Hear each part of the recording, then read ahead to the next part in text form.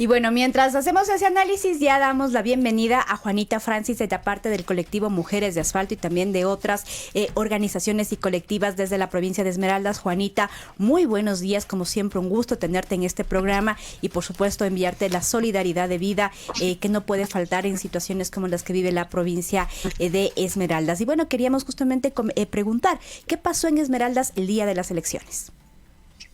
Hola, ¿qué tal? Buen día con todas. Primero que para Esmeraldas creo que ha sido como una sorpresa todas las condiciones que se han dado para estas elecciones, ¿no? Esmeraldas salía no salía, ni siquiera hemos salido creo de los duelos y de las muertes, sino que desgraciadamente no se reflejó un ausentismo como el que se esperaba.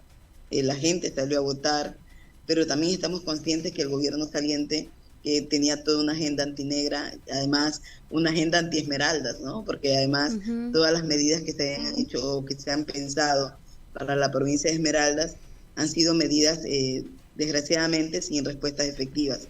Y esto tiene que ver mucho en las decisiones políticas con las que se ha hecho.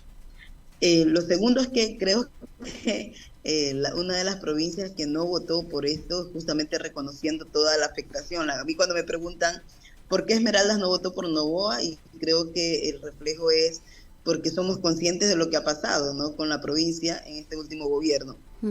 Aunque los comentarios racistas y aporofóbicos sobre la provincia de Esmeraldas, ¿no?, de decirnos que como somos una provincia de delincuentes o somos una provincia, veía una publicación de un análisis de alguien que con toda la carga de racismo, discriminación, estigmatización sobre los cuerpos que habitamos la provincia de Esmeraldas, sobre todo los cuerpos negros, decían que era un territorio de narcotraficantes. Oh, sorpresa, la Revolución Ciudadana ganó donde estaban las condiciones. Claro. Y creo que más bien, yo creo que hay una estupidez ciudadana al no reconocer que las condiciones justamente de esas provincias son las condiciones más afectadas por el gobierno saliente, ¿no? Hablamos de no tener una política social, un sistema de protección de derechos que funcione. Hasta la actualidad estamos esperando cuál es ese famoso plan de seguridad para el cual se ha destinado mucha plata desde el gobierno, pero que desgraciadamente en nuestras comunidades y nuestros territorios no tiene esa respuesta. Entonces, hablar ahora de Guayas con escuelas cerradas, Esmeraldas con escuelas y hospitales cerrados, creo que también es hablar de qué le espera a este nuevo presidente, ¿no? ¿Qué le espera y en qué condiciones le está esperando un país que no se va a resolver en 1 año 5 meses? Juanita, justo eso es algo que te queríamos consultar, ¿no? Que es esto vimos los votos en Esmeraldas gana la Revolución Ciudadana, y ahí hay una cuestión, digamos, que hay un mensaje que está apelando ahí, ¿no? Que es el tema de la inversión social. Y tú estás contando que durante el gobierno de Guillermo Lasso, pues ahorita, hubo cierres de escuelas, o sea, es como que se anuncia el tema de, bueno, vamos a dar clases virtuales como si que fuera algo sencillo, ¿no? Pero también hay organizaciones de la sociedad civil que están saliendo de Esmeraldas. ¿Cuál es esa situación, digamos, de justamente tanto el Estado como las organizaciones de la sociedad civil frente a los problemas de la violencia y a esta ausencia de políticas para atender las necesidades de Esmeraldas? Sí, yo creo que nosotros hemos sufrido como 3 momentos que han golpeado, o sea, no es que solamente nos han golpeado, hay una realidad, y es que la situación de Esmeraldas y la precarización de la gente que habita Esmeraldas, la población migrante, la gente de tránsito y demás, ya veníamos viviendo unas secuelas de cuestiones que con la pandemia se profundizaron más. Terminamos la pandemia y la ola de violencia empieza a brotar en escala, pero no era algo que no se veía venir. Es todo lo contrario, la falta de inversión pública, el cierre de instituciones. Lo que está pasando ahorita con las organizaciones de la sociedad civil es porque no hay garantías para entrar a las comunidades a realizar tu trabajo. El tema de cómo se han triplicado las extorsiones, cómo cada vez más no hay un ecosistema para trabajar, ¿no? O sea, desgraciadamente las condiciones en las que estamos, el saber que en ningún lugar está seguro, ¿no? Que no hay garantías de seguridad en ningún espacio, también entristece mucho porque es como la impotencia de qué hacer, ¿no? Lo segundo es que hay que tener claro que las brechas de pobreza en la provincia de Esmeraldas son brechas que no han ido disminuyendo, sino que han aumentado, ¿no? Ujú. El mismo hecho del fracaso del censo y el no poder visibilizar territorios y comunidades en un censo en el cual se dijo además que no funcionaba, y por eso yo insisto mucho en decir, el gobierno saliente duplicó la agenda antinegra para los territorios y los pueblos negros en el país, ¿no? Salimos de un Lenín Moreno que claramente lo intensificó, pero viene Guillermo Lasso y su silencio y su inoperancia, porque no es solamente negligencia, ¿no? Es la intención de no hacer nada. También yo creo que tiene que tener una carga de responsabilidad política en las organizaciones políticas, porque su silencio interior también de esas organizaciones, que por mucho que luego te vengan a pedir el voto, no están generando planes de gobierno o agendas en las que nos veamos visibilizados y representados, también eso tiene que conmoverse. Lo segundo es que nosotras, y yo te digo nosotras desde las conversaciones internas de la organización, estamos extremadamente preocupadas por el retroceso de derechos, que implica para las mujeres, y claro, les voy a hablar en este momento desde mi lugar de denunciación, yo como mujer negra, ¿qué implica y cuál es el impacto en el acceso a derechos con un gobierno que desde su propaganda demostró además que carece de un sentido de derechos humanos básico, ¿no? De una vicepresidenta que tenía un discurso despapachado sobre cuál es la situación laboral de las mujeres. Y ahí yo me pregunto, ¿qué pasa con las mujeres que estamos en esos cordones y en esos márgenes del Estado? ¿Qué pasa con las mujeres de las periferias urbanas? ¿Qué pasa con las mujeres de sectores rurales? ¿Qué pasa con las mujeres indígenas y negras en un contexto de un gobierno que no nos ve? Y que además no intenta vernos ni comprender cuál es nuestra dimensión política en este espacio. Entonces, cuando aterrizamos en Esmeraldas y vemos todas las problemáticas que tiene la provincia de Esmeraldas, desde un sistema de seguridad ineficiente, acceso a derechos básicos interrumpidos porque no hay eficiencia del Estado, falta de inversión pública, es también decir, el futuro aquí no se ve. La agenda del futuro político de la provincia no está. ¿Y qué pasa ahora con Daniel Noboa? Porque claro, hay la expectativa, de pronto en Esmeraldas, si bien no ganó, pero recibió una votación finalmente que puede ser importante. ¿Cuál es la expectativa en Esmeraldas en torno a la figura de Daniel Noboa en la presidencia? Mira, pero realmente quien acobijó a Daniel Noboa acá en Esmeraldas fue la prefecta, la actual prefecta, y Roberto. algunas organizaciones sociales. Organizaciones sociales que desgraciadamente, no digo desgraciadamente, sino organizaciones sociales que el correísmo no se vio, y algo que también yo creo que hay que analizar es que la capacidad del correísmo de sentarse a hablar con organizaciones sociales viejas y nuevas, no las puso sobre la mesa, ¿no? Porque el ego político les permitió pensar en que lo podían hacer sin un tejido social, y no puedes pensarte una agenda política país sin sentarte en una mesa entre iguales, intentando ser entre iguales, ¿no? Porque yo sentada en una mesa con Daniel Noboa nunca vamos a hacer dos poderes similares, ¿no? Con toda la estructura económica que él tiene, y la Juana que viene de la comuna de Santiago Cayapa sentada hablando con este man, no va a ser lo mismo. Y desgraciadamente eso es lo que ha pasado con las organizaciones políticas. Organizaciones políticas que no vieron y que no ven en su agenda. Creo que esto también te cobra factura al momento del electorado. Esmeraldas votó porque tiene una historia de un pasado que se vio de inversión pública. Pero si tú me dices cuál es la agenda actual de Daniel Noboa en Esmeraldas, yo no la veo. Pero igual, como dice una gran amiga mía, hay que darle los 6 meses de prueba o los 100 días de prueba para ver, porque ahí se va a ver, ¿no? Cuál es la decisión política sobre la administración pública y de la cosa pública, porque el problema es que aquí hay una confusión tenaz. La gente cree que el empresario es buen administrador público, y la cosa pública no se maneja con intereses de empresa. Como claro, Hacienda. Eso ya nos demostró Lasso, ¿no? Digamos que él decía, bueno, yo he administrado el banco. No es lo mismo administrar un banco o una empresa o una hacienda o una hacienda que el Estado, digamos. Pero ahí Daniel Noboa, Juanita, pone este tema de que él estudió administración pública y demás cosas, ¿no? Pero claro, habría que ver justo cuál es la agenda que plantea para Esmeraldas. Yo sí quisiera, Juanita, que tú un poco profundices más por qué razón, más allá de esta mirada crítica que estás planteando justo a la Revolución Ciudadana, de que no tejió, ¿no? Elaboró, digamos, un tejido social ahí con organizaciones y eso fue, digamos, tomado por Novoa para ganar los votos. Tú también dices algo, que hay una memoria de inversión social. O sea, ¿cuál era esa inversión social, esa presencia, digamos, de lo público en Esmeraldas, que sí ocurrió, digamos, en la época de la Revolución Ciudadana? Porque a la final sí ocurrió. Claro, o sea, por ejemplo, nosotros en el caso de Esmeraldas teníamos todas las instituciones del Estado. Las instituciones del Estado que además no eran solamente, o sea, tú podías acceder a información. Cuando yo siempre hablo de un recurso que reconozco que me gustó, que era el tema de gobiernos por resultados, manipulable, no manipulable, etcétera, porque también pueden haber cuestionamientos sobre eso. Pero cuando yo, que soy organización social, solicitaba información y además me explicaban, mira, la inversión que se hizo en el puerto pesquero artesanal es una inversión que tiene un impacto de más de 100.000 familias, pero además no solamente es a la familia que trabaja en el puerto pesquero, sino a la ciudadanía. Y cómo se expande eso, tú veías, ¿no? Tú decías, bueno, aquí están mis impuestos bien pagados porque estamos viendo. Y además que Esmeraldas tiene aquí una problemática, que tenemos una refinería que jamás va a resolver un tema de compensación social. La refinería tiene una deuda de más de 20 años con las personas sobrevivientes del incendio, ¿no? Nosotros tenemos una compañera de oficina, que es Sena, que además te dice, a mí la refinería jamás me reparó.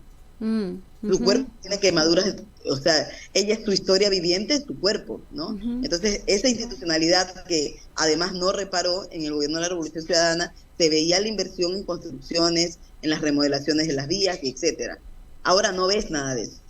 Para variar, se tenía, por ejemplo, al Ministerio de Cultura, con todas las observaciones que podíamos tener, pero Esmeraldas al ser un territorio turístico, un pueblo que además investiga, trabaja a través de la memoria colectiva, el Ministerio de Cultura es fundamental, pues. En el gobierno de Moreno se cerró y la completó Leni Lazo cuando suprime la partida y cierra la institución, porque no es necesario, pues, para la provincia de Esmeraldas tener el Ministerio de Cultura. Tienes que irte hasta Quito, solicitar allá los proyectos, intentar alcanzar a la información. Entonces, eso te lo pongo como ejemplo, pero lo más cruel es cuando en plena pandemia se promete habilitar el sistema de salud y no lo hicieron. No pudieron reabrir el hospital. Nos montaron unas camas ahí que parecían camas ni siquiera de subcentro, sino que eran unas camas ahí que, no sé, o sea, no hay comparación con qué poner, y luego lo volvieron a cerrar. Entonces tenemos una infraestructura. O sea, el hospital de Esmeraldas ahorita está cerrado.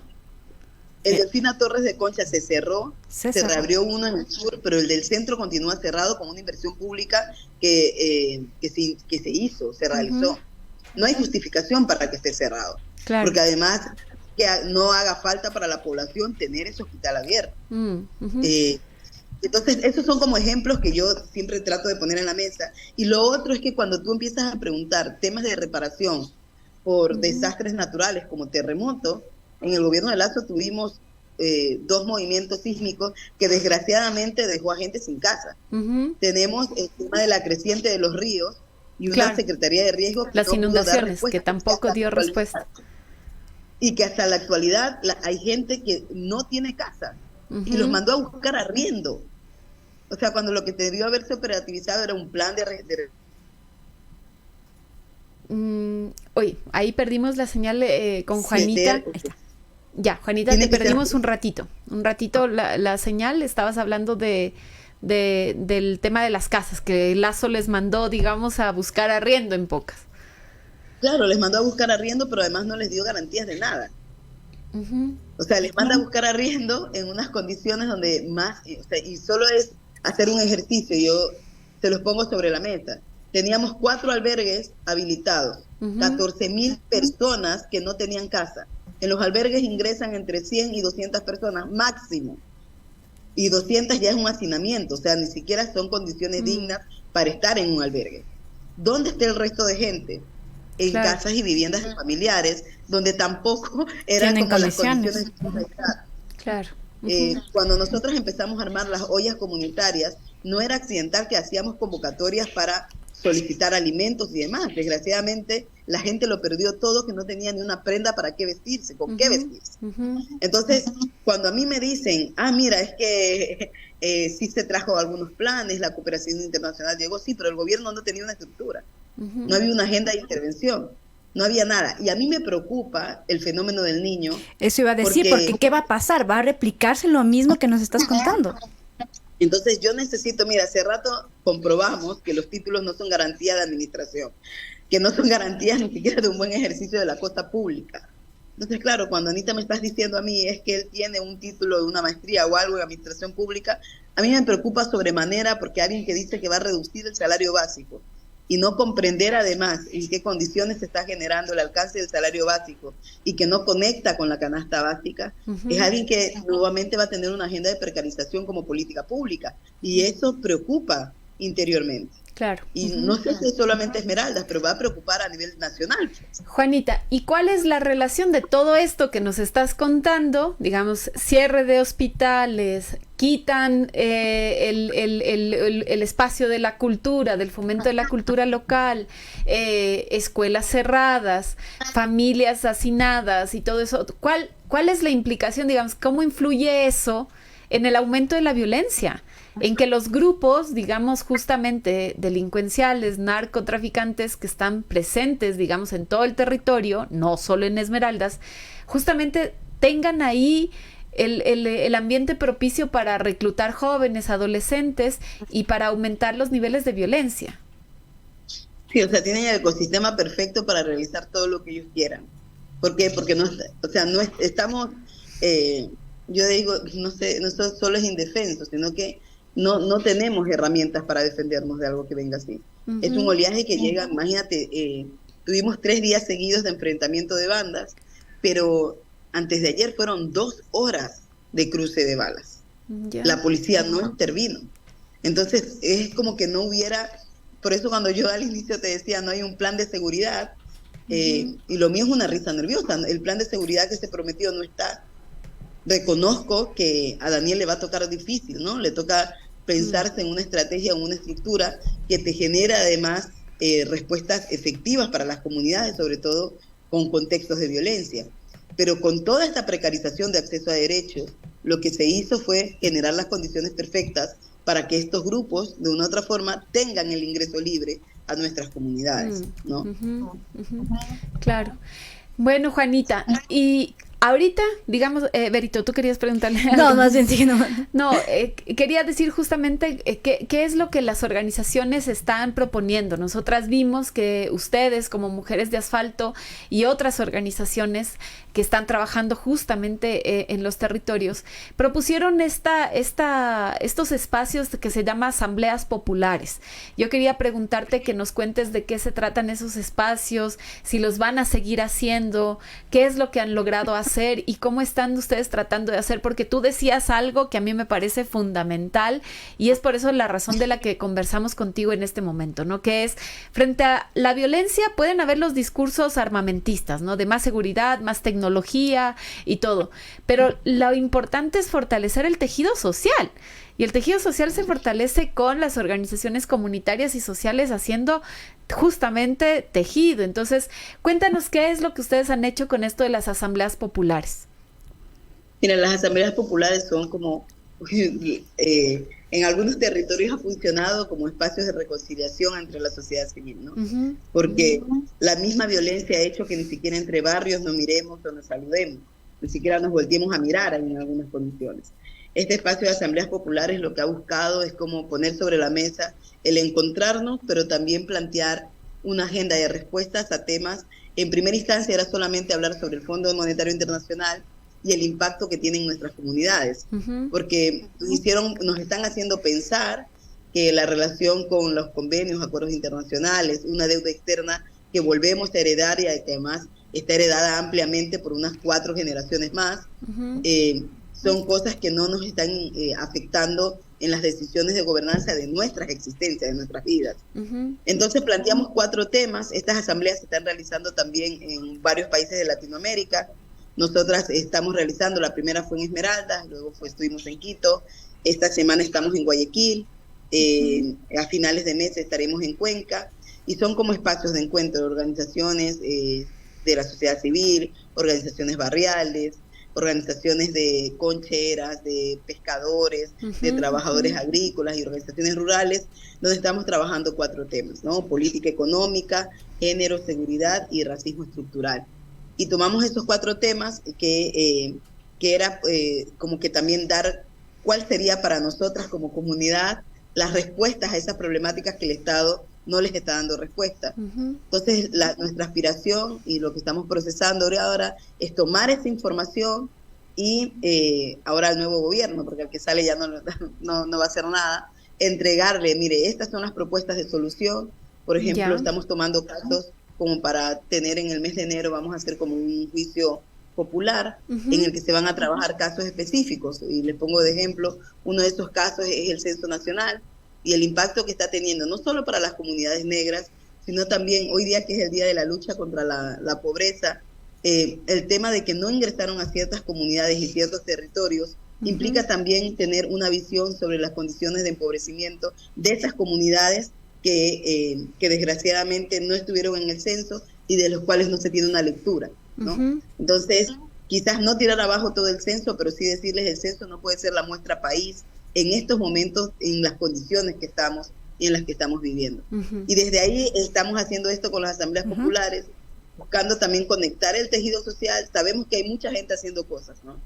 Trabajando cultura de paz, trabajando temas culturales, trabajando temas económicos, y la idea es traducir a un lenguaje también más simple algunas problemáticas que el Estado nos trata de no poner sobre la agenda pública y que las organizaciones sí nos interesa tenerlo de forma pública y transparente también. Juanita, ¿para cuándo estaría convocado este juicio popular?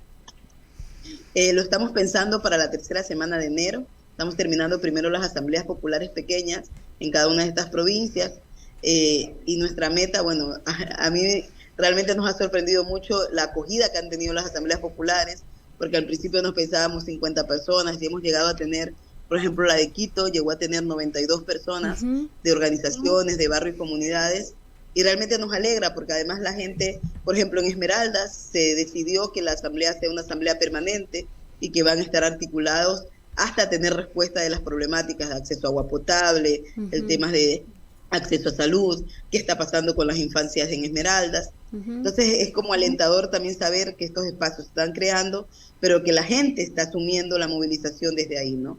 Y en el caso de Quito, por ejemplo, algunas compañeras van a llevar este ejercicio de asambleas a sus comunidades. Perfecto, Juanita. Muchísimas gracias por estar aquí. Siempre es un gustazo conversar contigo porque a mí me llena de esperanza como mirar cómo estamos las organizaciones de una u otra forma haciendo algo, retomando el tejido, tratando de rearticular en un contexto tan jodido de violencia y que nos meten el miedo, ¿no? Digamos, porque el primer efecto de meterte el miedo es justo de que no te quieres juntar con nadie más. O sea, es como aislarte y creer que todo lo puedes resolver desde el yo y desde la parte individual, y esto es una apuesta colectiva. O en esta cultura del influencer que mucho privilegió esta campaña, finalmente Daniel Noboa, como lo colectivo también toma diferentes espacios. Juanita, nuevamente muchísimas gracias y nos vemos en otra oportunidad. Muchas gracias a ustedes, buen día.